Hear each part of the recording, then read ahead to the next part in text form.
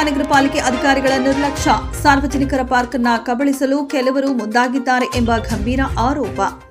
ವೇನನಗೌಡ colony TS number 350 ಸಾರ್ವಜನಿಕರಿಗೆ ಮೀಸಲಾದ park ಈಗ ಕಾನೂನು ಬಾಹಿರವಾಗಿ ಕಬಳಿಸಲು ನಡೆಯುತ್ತಿರುವ ಸಂಚು ಮತ್ತು ಇದಕ್ಕೆ ಮಹಾನಗರ ಪಾಲಿಕೆ ಅಧಿಕಾರಿಗಳ ಮೌನ ಬೆಂಬಲ ಎಂದು ಸ್ಥಳೀಯರು ಆರೋಪಿಸಿದ್ದಾರೆ. ವೀರನಗೌಡ ಕಾಲೋನಿ ಮತ್ತು ಗಣೇಶನಗರ ನಾಗರಿಕ ಸೇವಾ ಸಂಘದ ಪದಾಧಿಕಾರಿಗಳು ಸುದ್ದಿಗೋಷ್ಠಿ ನಡೆಸಿ ಕಳವಳ ವ್ಯಕ್ತಪಡಿಸಿದರು. 1993ರ ಅಧಿಕೃತ ಮಾಪನದಲ್ಲೇ ಈ ಜಾಗವು ಪಾರ್ಕ್ ಎಂದು ಸ್ಪಷ್ಟ ದಾಖಲೆ ಇದೆ. ಆದರೂ ಕೆಲವು ಪ್ರಭಾವಿ ವ್ಯಕ್ತಿಗಳು ದಾಖಲೆ ತಿದ್ದಿ ಜಾಗವನ್ನ ಕಬಳಿಸಲು ಯತ್ನಿಸುತ್ತಿದ್ದಾರೆ ಎಂದು ಅವರು ಆರೋಪಿಸಿದರು. ನಾವು ಎಷ್ಟೇ ದಾಖಲೆ ತೋರಿಸಿದ್ರೂ ಅಧಿಕಾರಿಗಳು ಕೇಳುವುದೇ ಇಲ್ಲ. ಸಾರ್ವಜನಿಕರ ಆಸ್ತಿಯನ್ನ ಕಳೆದುಕೊಳ್ಳುವ ಪರಿಸ್ಥಿತಿ ಬಂದಿದೆ. ಹಸಿರು ವಲಯವೇ ನಾಶವಾಗುವ ಅಪಾಯ ಎದುರಾಗಿದೆ ಎಂದು ನಾಗರಿಕರು ಆತಂಕ ವ್ಯಕ್ತಪಡಿಸಿದರು. ಪಾರ್ಕ್ ಅನ್ನು ಉಳಿಸುವ ಹೋರಾಟ ಮುಂದುವರಿಯುತ್ತದೆ. ಅಗತ್ಯವಿದ್ದರೆ ಕೋರ್ಟ್ಗೂ ಹೋಗುತ್ತೇವೆ ಎಂದು ಸಂಘದ ಸದಸ್ಯರು ಎಚ್ಚರಿಕೆ ನೀಡಿದರು. ಸಾರ್ವಜನಿಕರಿಗೆ ಸೇರಿದ ಪಾರ್ಕ್ ಅದನ್ನ ಯಾರು ಕಬಳಿಸಲು ಅವಕಾಶ ನೀಡುತ್ತಾರೆ? ಜನರ ಹಣದಿಂದ ನಿರ್ಮಿಸಿದ ಹಸಿರು ವಲಯ ಮಹಾನಗರ ಪಾಲಿಕೆ ಕಣ್ಣೆದುರೇ ಲೂಟಿ ಆಗುತ್ತಿದೆಯೇ? ಇದಕ್ಕೆ ಅಧಿಕಾರಿಗಳು ಯಾವ ಕ್ರಮ ಕೈಗೊಳ್ಳುತ್ತಾರೆ? ಕಾದು ನೋಡೋಣ. Bureau report Aslam Basha, news 24 Kannada, Ballari. Veeranagouda ಮತ್ತು ಗಣೇಶ್ ನಗರ ಸದಸ್ಯರ ಸಂಘ ಅಂತ ಏನಿದೆಯಲ್ಲ ಅದರ ಕಾರ್ಯದರ್ಶಿ, ಆಮೇಲೆ ಇವರು ಅಧ್ಯಕ್ಷರು, ಆಮೇಲೆ ನಾವೆಲ್ಲ ಅವ್ರ ಖಜಾಂಚಿ ಎಲ್ಲ ನಾವೆಲ್ಲ ಸದಸ್ಯರಿದ್ದೀವಿ. 71, 72ರಲ್ಲಿ ಇದು ಲೇಔಟ್ ಆಗಿತ್ತು. ಹೌದಾ? ಆವಾಗ ನಾವೇನು ಮಾಡಿದ್ವಿ ಅಂತ ಹೇಳಿದ್ರೆ 81ರಾಗ ಖರೀದಿ ಮಾಡಿದ್ವಿ. ಅಲ್ಲಿವರೆಗೆ ಯಾರು ಅವಾಗೆಲ್ಲ ಏನು ಅಂತ ಖಾಲಿ ಲ್ಯಾಂಡ್ ಇತ್ತು. 81ರಾಗ ನಾವು ಖರೀದಿ ಮಾಡಿದ್ವಿ.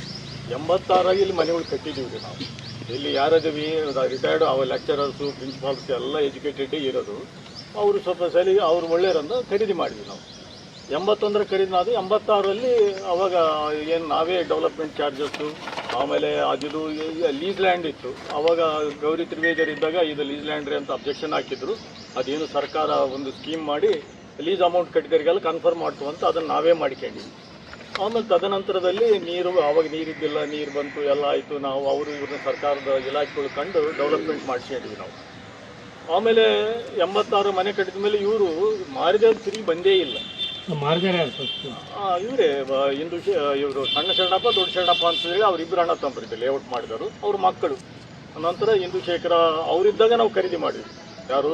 ಸಣ್ಣ ಶರಣಪ್ಪರು ಇಂದುಶೇಖರ ತಂದೆ, ದೊಡ್ಡ ಶರಣಪ್ಪರು ಅವರು ಅಣ್ಣರು, ಅವರು ಲೇಔಟ್ ಮಾಡಿದ್ದು. ಅವ್ರ ಕಡೆಯಿಂದ ನಾವು ಖರೀದಿ ಮಾಡಿದ್ವಿ. ಆಮೇಲೆ ಎನ್ ಬಸವರಾಜ್ ಅಂತ ಅವ್ರು ಅಡ್ವೊಕೇಟ್ ಇದ್ದರು. ಅವ್ರಿಗೆ ಪವರ್ ಆಫ್ ಅಟರ್ನಿ ಕೊಟ್ಟಿದ್ರು. ಕೆಲವರು ಅವ್ರ ಮೂಲಕನೂ ಖರೀದಿ ಮಾಡಿದ್ರೆ, ಕೆಲವು ಅವರನ್ನು ರಿಜಿಸ್ಟರ್ ಮಾಡಿದ್ರು. 86ರಾಗ ನಾವು ಮನೆಗಳು ಕಟ್ಕೊಂಡು ಒಂದು 4-5 ಮನೆಗಳು. ಅವಾಗ ಇದಕ್ಕೆ ಡಿಮ್ಯಾಂಡ್ ಬಂತು. ಅವಾಗ ನನ್ನ ರಿಜಿಸ್ಟರ್ ಪತ್ರದಾಗ ಎದುರುಗಡೆ ಪಾರ್ಕ್ ಅಂತಿದ್ದು, ಇಲ್ಲೇ ಇದೆ ನನ್ನ ಮನೆ ಎದುರುಗಡೆ ಪಾರ್ಕ್ ಅಂತ ರಿಜಿಸ್ಟರ್ ಆಗೈತ್ರಿ. ಪಾರ್ಕು ರೋಡ್ ಪೂರ್ವಕ್ಕೆ ನಂದು ಪೂರ್ವಮುಖ ಆಗಿದೆಯಲ್ಲ, ಪೂರ್ವಕ್ಕೆ ರೋಡ್ ಪಾರ್ಕ್ ಅಂತ ಆಗಿದೆ. ಆಮೇಲೆ ಇವರು 2010ಗೆ ಹಿಂಗೆ ಮಾಡೋಕ್ಕೆತ್ತಿದ್ದಾರ ಹಂಗೆ ಹಿಂಗೆ ಅಂತಂದ್ರೆ ಮನೆಗೆ ಹೋದ್ವಿ ನಾವು. ಅವಾಗಿನ ಇದು ಸಾರಿ ಇದನ್ನು ಮಾಡಬೇಡ್ರಿ, ಭಾಳ ಜನ ಇದ್ದಾರೆ ಇಲ್ಲಿ ರಿಟೈರ್ಡ್ ಆಗಿ, ಇಲ್ಲಿ ಪಾರ್ಕ್ ಅಂತ ಇರಲಿ, ಓಪನ್ ಲ್ಯಾಂಡ್ ಅಂತ ಕೇಳಿದರೆ ಇಲ್ಲರಿ ಕಾನೂನು ಪ್ರಕಾರ ಏನೈತೆ ನಾವು ಮಾಡ್ಕೊಂತೀವಿ ಅಂತ ಅವ್ರು ಏನೋ ಹೇಳಿದರು. ಆಮೇಲೆ ಸುಮ್ಮನೆ ಆದರು. ಸುಮ್ಮನೆ ಆದಮೇಲೆ 10ರಾಗ ಏನು ಮಾಡಿದ್ರು ಅಂತ ಹೇಳಿದರೆ 2010ರಾಗ ಕಾರ್ಪೊರೇಷನ್ ವಿರುದ್ಧ ಕೇಸ್ ಹಾಕಿದ್ರು. ಏನಂದರೆ ಇದು ನಮ್ಮ ಪ್ರಾಪರ್ಟಿ, ನೀವು ಅದನ್ನು ಕಾಂಪೌಂಡ್ ಕಟ್ ಮಾಡ್ರಿ ಅಂತಂದೇಳಿ. ಅಷ್ಟದಟ್ಟಿಗೆ ಎಲ್ಲ ಡೆವಲಪ್ ಆಗಿ ಕಾಂಪೌಂಡ್ ಕಟ್ಬಿಟ್ಟಿದ್ರು KSW ಕಡೆ. ಅವಾಗ ಇಂಜೆಕ್ಷನ್, ಟೆಂಪ್ರರಿ ಇಂಜೆಕ್ಷನ್, ಕಾಂಪೌಂಡ್ ಕಟ್ಟಿ ಇಂಜೆಕ್ಷನ್. ಈ ಕಾಲೋನಿ ಬೇರೆ ಏನು ಸರ್? ಇನ್ನೊಂದು ಆಮೇಲೆ ಆ್ಯಕ್ಚುಲಿ ಹೇಳ್ಬೇಕಂದ್ರೆ ಈಗ 40% ಟೋಟಲ್ ಅವ್ರದ್ದು ನನ್ನ ಹತ್ರ ಇದೆ. ಅರ್ಣಾತಂಬ್ರ ಪಾರ್ಟಿಷನ್ ಡೀಡ್ ನನ್ನ ಹತ್ರ ಇದೆ. ಅದೆಲ್ಲ ದಾಖಲೆಗಳು ನಾವು ಕಲೆಕ್ಟ್ ಮಾಡಿದ್ವಿ. 18 ಎಕರೆ ಲ್ಯಾಂಡನ್ನು ಅದು ಕ್ಲಬ್ ಸೇರಿ ಅದ್ರಾಗ ಕ್ಲಬ್ ಬಿಟ್ಟು ಅದು ಮೊದಲೇ ಇತ್ತಲ್ಲ, ಅದನ್ನು ಬಿಟ್ಟು ಇದನ್ನು ಲೇಔಟ್ ಮಾಡಿದ್ರು. ಅದ್ರಾಗ 2 ಪಾರ್ಕ್ ತೋರಿಸಿದ್ರು. ಆಮೇಲೆ 10ರಾಗ ಅವ್ರು ಕೇಸ್ ಹಾಕಿದ್ರಲ್ಲ, ನಮ್ಮನ್ನು ಸೇರಿಸ್ಕೊಂಡಿದ್ದೆ ನಾವು. ಕಾರ್ಪೊರೇಷನ್ ಪಾರ್ಟಿ ಮಾಡಿ ಹಾಕಿದ್ರು. ಅವಾಗ ನಮ್ಮನ್ನು ಸೇರಿಸ್ಕೊಂಡ್ರು ಅಂತ ಇಂದುಶೇಖರ್ ಇದ್ರು. ಇಂದುಶೇಖರ್ ಅವರು ಈಗ ಮಲ್ಲಿಕಾರ್ಜುನ ಟ್ರೇಡರ್ಸ್ ಇದ್ರಲ್ಲ, ಅವ್ರು ಇಂಪ್ಲೀಡ್ ಹಾಕಿದ್ರು. ನಮ್ಮನ್ನು ಈ ಕೇಸಾಗಿ ಸೇರಿಸ್ಕೊಂಡ್ರು. ಅವ್ರು ರೆಸಿಡೆಂಟ್ ಇದ್ದೀವಿ, ಸುಂದರೇಶ್ ರೆಡ್ಡಿ ಅಂತಿದ್ರಲ್ಲ, ಅವರು ಇಂಪ್ಲೀಡ್ ಮಾಡಿಕೊಂಡ್ರು ಅಂತ ಕೇಳಿದರು ನಮ್ಮ ಕಾಲನಿ ರೆಸಿಡೆಂಟನ್ನು. ಅವರು ಮಾಡಿಕೊಳ್ಳಲ್ಲ, ಕೇಸ್ನಾಗ ಇಂಪ್ಲೀಡ್ ಮಾಡಿಕೊಳ್ಳಲಿಲ್ಲ, ಏನಿಲ್ಲ. ಕಾರ್ಪೊರೇಷನ್ ಪಾರ್ಟಿ ಅವರು ದಾಖಲೆ ಯಾವುದು ಕೊಡಲೇ ಇಲ್ಲ, ಸರಿಯಾಗಿ ಅಬ್ಜೆಕ್ಷನ್ ಮಾಡಲಿಲ್ಲ. ಎಕ್ಸ್ ಪಾರ್ಟಿ ಡಿಸಿಷನ್ ಆಗಿಬಿಡ್ತು, ಡಿಕ್ರಿ ಆಗಿಬಿಡ್ತು ಅವ್ರ ಹೆಸರಿನ ಮೇಲೆ.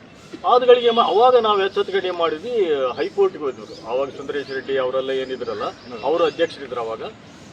ಎಲ್ಲಿ ಹೈಕೋರ್ಟ್ಗೆ ಹೋಗಿ PIL ಹಾಕಿ ಸ್ಟೇ ತಗೊಂಬಂದಿವಿ. ಅದಕ್ಕೆ ಸ್ಟೇ ತಗೊಂಬಂದ ನಂತರ ಇದು ಅವ್ರು ಏನು ಮಾಡಿದ್ರು, ದಾಖಲೆ ಕೇಳಿದರು ಬುಡ ಕಾರ್ಪೊರೇಷನ್ದ.